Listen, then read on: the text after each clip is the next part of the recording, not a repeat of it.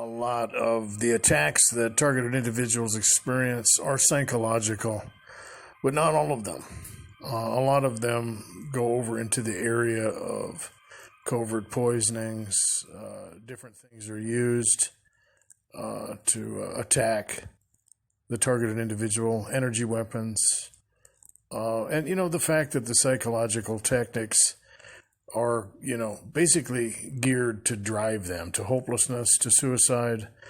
I think that, a lot of these things should be viewed in the proper light, that they are meant to destroy, to kill, to murder the targeted individual. And it's very reckless, and we're going to talk about that. Let's face it, this is a covert way to murder someone, to discredit them, to drive them crazy, to destroy them. And there are ways to do it. And I talked about in justification gaslighting, the psychological aspect of where people are gaslighted into believing it's justified. And maybe even that people are trying to help them. And we're not going to focus too much on that. We're going to get into, just the things that are used. Okay? A lot of people are experiencing attacks from, energy weapons, directed energy weapons. They might be getting covertly drugged, covertly poisoned. And we're going to focus on that. We're going to look at some of the psychological things because you can't really separate the two completely because gaslighting goes along with this stuff, especially, the covert drugging and covert poisoning. And so we're going to look at something that I've dealt with before in prior videos. And I don't remember the name. I think it was Gaslighting Evil Kin and Frenemies. I erased that video. But I talked about a book that I had found that my family had owned. I don't know where they got it. It was a medical book. It was old. It had like Dick and Jane pictures in it. And there were two disturbing things that I found in it while I was trying to, look for something legitimate. And it had to do with synergistic poisoning plots and also a way to get elderly people who refuse to go to elderly care committed against their will, gaslighting them and driving them insane. Okay, but we're going to focus on the synergistic poisoning because I think that, a lot of people are experiencing that type of thing because, when it comes to group harassment, these people want to play God. I've mentioned before that sorcery, in its true definition is altering either someone else's mind or your own mind, to get them into a specific state of consciousness, either to contact an entity or to manipulate them. Okay. And when it comes to people who are covertly drugged and poisoned, in my opinion, it's a lot like that. And, the gaslighting and stuff that goes along with it makes it very psychological.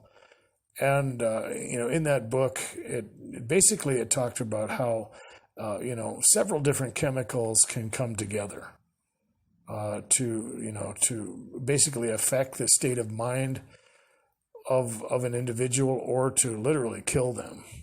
And if you are one of those type of people that get paranoid or, can get sensitized to things and you don't want other things to worry about, this is kind of a warning that maybe you shouldn't listen to the rest of this video because you probably have a lot of things that you're already worried about. So if you're sensitive in that way, you might want to stop listening.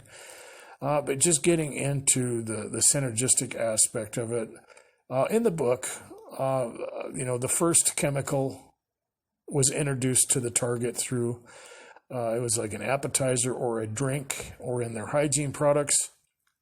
And of course, synergistic poisoning is different than regular poisoning. Most people look at poisoning as, just a single chemical, like they're going to get you with arsenic or, some type of, deadly chemical that just, works by itself. And, the problem is some people, they get that, but usually they're discredited first. Their psychological state of mind is brought into question. Sometimes when a spouse kills, the other one, they will, write in their diary that, maybe their husband or wife was depressed and they were talking about things, that sounded like they were thinking about killing themselves or whatever. And then when the chemical is introduced, there's, kind of reasonable doubt as to, the culpability of the people that were in the house. So it makes it look like the person killed themselves. But, as far as the synergistic poisoning, that goes into a lot of different areas and it can affect a person's health. In the book, it had to do with kidney failure. Putting something in, the drink of the individual and, gearing that around their, habitual, the things that they would do, like if they are someone who smokes cigarettes, for example. There are a lot of chemicals that a person exposes themselves to when they smoke, around 2,000 chemicals, I think. I could be wrong. Alcohol is also something that can synergistically react with other chemicals. And, in this incident, there was only a couple chemicals used, but the chemical that was introduced reacted with the alcohol and the cigarettes. And it produced basically kidney failure, blindness, and so forth. And, the target is never going to know what's going on. And they're going to be misdiagnosed. If they go to the hospital or contact a doctor, nobody's going to understand it. The other thing that, synergistic chemicals provides an opportunity for is that the people that are doing it can indulge, if they're going to poison food or whatever, or maybe beverages or something like that, they can indulge in that because it's a cocktail of chemicals that come together. Okay. Like I said, it can be introduced, in their hygiene products or whatever, maybe on a doorknob. However, you can fume someone.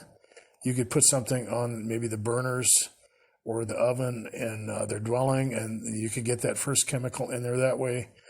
And then when you expose them to the second chemical or the third, however many you were going to use, you could put that right on the food that you're going to eat. And they're never going to suspect what's going on. Or you can gaslight them at that point. And, as I mentioned before, a lot of these people want to play God. So, it can be correlated to different things. And, the person is going to believe things depending on what kind of messages are coming at them.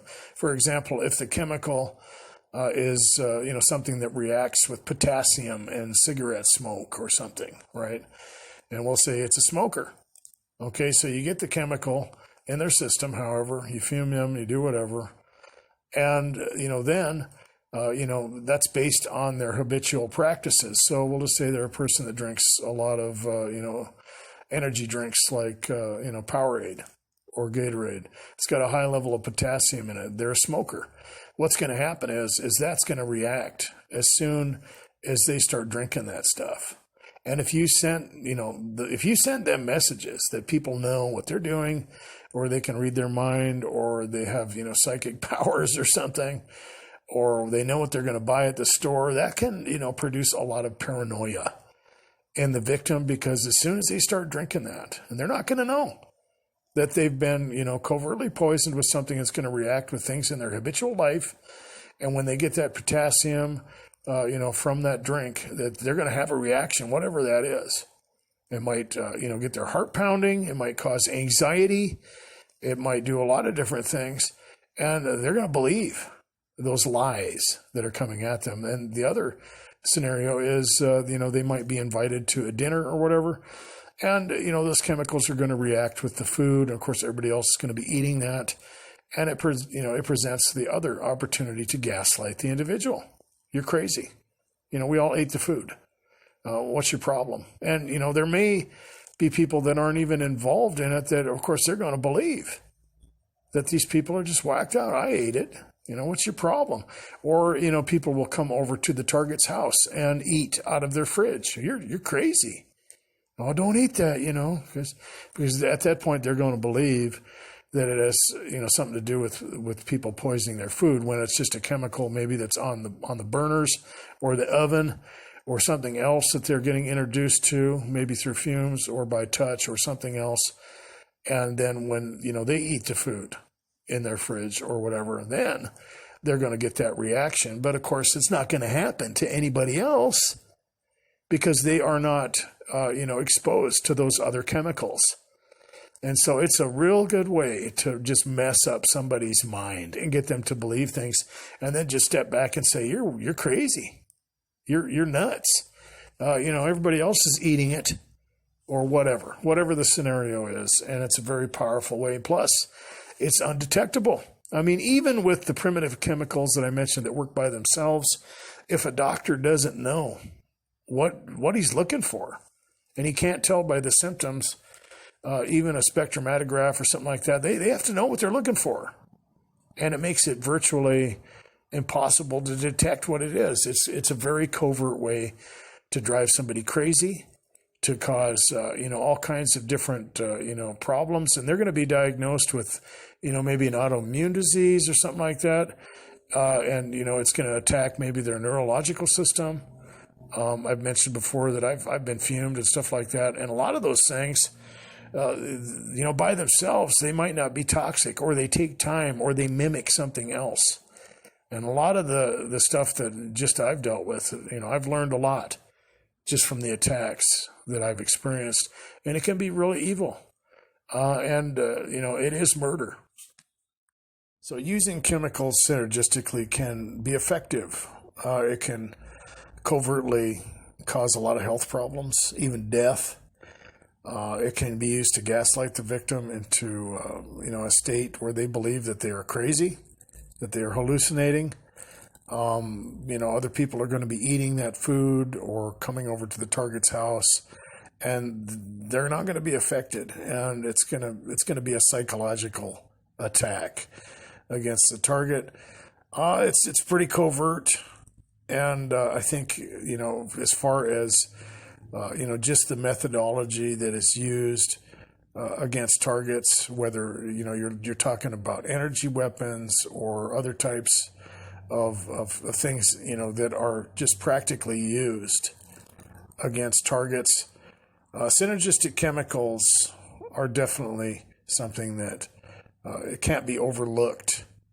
Havana syndrome is coming out in the news, and there was a bill that went to Joe Biden. I don't know what happened on it, to where people are going to be receiving compensation for being attacked with directed energy weapons, literally. So that might come out. I don't know what's going to happen with it, but that's another covert way for people to be assaulted. Because I think that you have to go in with some very intricate X-ray technology to see the damage that's done from directed energy weapons. And so, just like the covert poisoning, those types of things are very hard to detect, and they mimic other problems. People are accused of being crazy or suffering from, maybe a autoimmune disease or something else, and they're becoming psychosomatic. And, it all works the same way. It's all mental.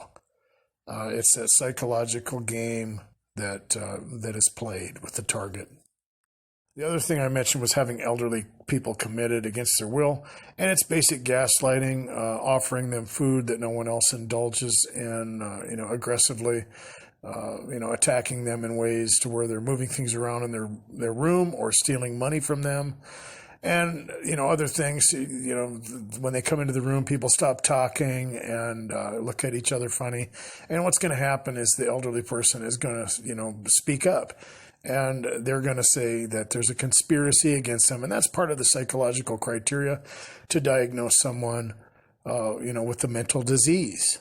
It's classic. And, of course, no one else is going to admit it. It's their word against everyone else's. Pretty sinister book. I don't know what the name of it was. I don't know, when it was printed. I just know that it was a medical book.